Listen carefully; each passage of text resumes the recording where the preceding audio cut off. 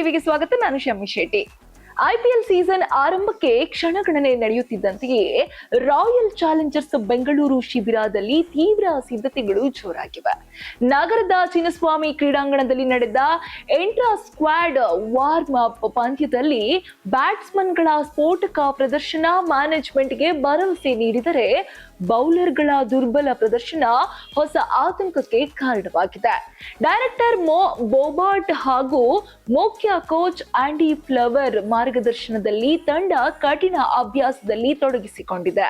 Net ಸೆಷನ್ಗಳ ಜೊತೆಗೆ ಒಳಾಂಗಣ ಪಂದ್ಯಗಳ ಮೂಲಕ ಆಟಗಾರರ ಫಾರ್ಮ್ ಪರಿಶೀಲನೆ ನಡೆಯುತ್ತಿದೆ.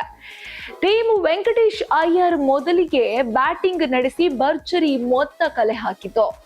ಇನ್ನು ವಿರಾಟ್ ಕೊಹ್ಲಿ ಕೇವಲ 12 ಎಸೆತಗಳಲ್ಲಿ 29 ರನ್ ಗಳಿಸಿ ಉತ್ತಮ ಆರಂಭ ನೀಡಿದ್ರು. ವೆಂಕಟೇಶ್ ಅಯ್ಯರ್ 16 ಎಸೆತಗಳಲ್ಲಿ 30 ರನ್ ಸೇರಿಸಿ ಬೆಂಬಲ ನೀಡಿದ್ರು.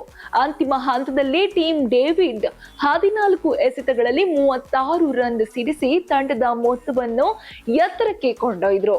ವಿಕೆಟ್ ಕೀಪರ್ ಜಿತೀಶ್ ಶರ್ಮಾ ಅದ್ಭುತ ಆಟವಾಡಿ 37 ಎಸೆತಗಳಲ್ಲಿ 81 ರನ್ ಗಳಿಸಿದ್ರು. ಅದರೊಂದಿಗೆ 20 ಓವರ್ಗಳಲ್ಲಿ 7 ವಿಕೆಟ್ ನಷ್ಟಕ್ಕೆ 237 ರನ್ಗಳ ಭಾರಿ ಮೊತ್ತ ನಿರ್ಮಿಸಲಾಯಿತು. ಕೃಣಾಲ್ ತಂಡದ ಪ್ರತಿದಾಳಿ. ಹೌದು, 237 ರನ್ ಗುರಿ ಬೆನ್ನತ್ತಿದ ಟೀಮ್ ಕೃಣಾಲ್ ಪಾಂಡ್ಯ ಕೂಡ ಅದ್ಭುತ ಪ್ರತಿದಾಳಿ ನಡೆಸಿತು. ಇನ್ನು ದೇವದತ್ ಪಡಿಕ್ಕಲ್ 33 ಎಸೆತಗಳಲ್ಲಿ 63 ರನ್ ಸಿಡಿಸಿ ತಂಡಕ್ಕೆ ಭದ್ರ ನೆಲೆಯನ್ನ ಒದಗಿಸಿದ್ರು. ಕ್ಯಾಪ್ಟನ್ ರಜತ್ ಪಟಿದಾರ್ ಕೇವಲ 25 ಎಸೆತಗಳಲ್ಲಿ 74 ರನ್ ಗಳಿಸಿ ಸ್ಫೋಟಕ ಆಟವನ್ನ ಪ್ರದರ್ಶಿಸಿದ್ರು. ಇನ್ನು ಕೃಣಾಲ್ ಪಾಂಡ್ಯ ಕೂಡ ಆಲ್ರೌಂಡರ್ ಪ್ರದರ್ಶನ ನೀಡಿ 33 ಎಸೆತಗಳಲ್ಲಿ 58 ರನ್ ಗಳಿಸಿದ್ರು. ಪರಿಣಾಮವಾಗಿ 20 ಓವರ್ಗಳಲ್ಲಿ 247 ರನ್ ಗಳಿಸಿ ಪಂದ್ಯವನ್ನ ಸಲೀಸಾಗಿ ಗೆದ್ರು. ಇನ್ನು ಬೌಲಿಂಗ್ ವಿಭಾಗದ ಚಿಂತೆ.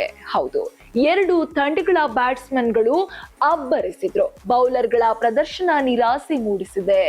ಹೆಚ್ಚಿನ ರನ್ಗಳನ್ನು ಬಿಟ್ಟು ಕೊಟ್ಟಿರುವುದು ಮ್ಯಾನೇಜ್ಮೆಂಟ್ಗೆ ತಲೆನೋವಾಗಿ ಪರಿಣಮಿಸಿದೆ. ವಿಶೇಷವಾಗಿ ಡೆತ್ ಓವರ್ಗಳಲ್ಲಿ ನಿಯಂತ್ರಣದ ಕೊರತೆ ಸ್ಪಷ್ಟವಾಗಿ ಕಾಣಿಸಿಕೊಂಡಿದೆ. ಮ್ಯಾನೇಜ್ಮೆಂಟ್ಗೆ ಮಿಶ್ರ ಸಂದೇಶ. ಹೌದು, ಈ ಅಭ್ಯಾಸ ಪಂದ್ಯ ಆರ್ಸಿಬಿ ಮ್ಯಾನೇಜ್ಮೆಂಟ್ಗೆ ಮಿಶ್ರ ಸಂದೇಶ ನೀಡಿದೆ. ಬ್ಯಾಟಿಂಗ್ ಲೈನ್ಅಪ್ ಭಾರಿ ಫಾರ್ಮ್ ನಲ್ಲಿರುವುದು ಸಂತೋಷ ತಂದರೆ ಬೌಲಿಂಗ್ ವಿಭಾಗದ ದುರ್ಬಲತೆ ಟೂರ್ನಿಗೆ ಮುನ್ನ ಸರಿಪಡಿಸಬೇಕಾದ ಪ್ರಮುಖ ಅಂಶವಾಗಿ ತಂಡಕ್ಕೆ ಎದುರಾಗಿದೆ.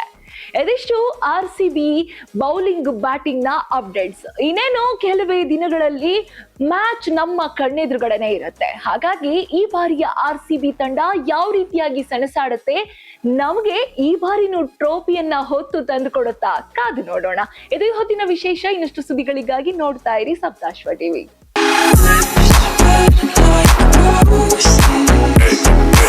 ಇನ್ನಷ್ಟು ಹೆಚ್ಚಿನ ಮಾಹಿತಿಗಾಗಿ Saptashwa TV Kannada YouTube channel ಅನ್ನು ಸಬ್ಸ್ಕ್ರೈಬ್ ಮಾಡಿಕೊಳ್ಳಿ.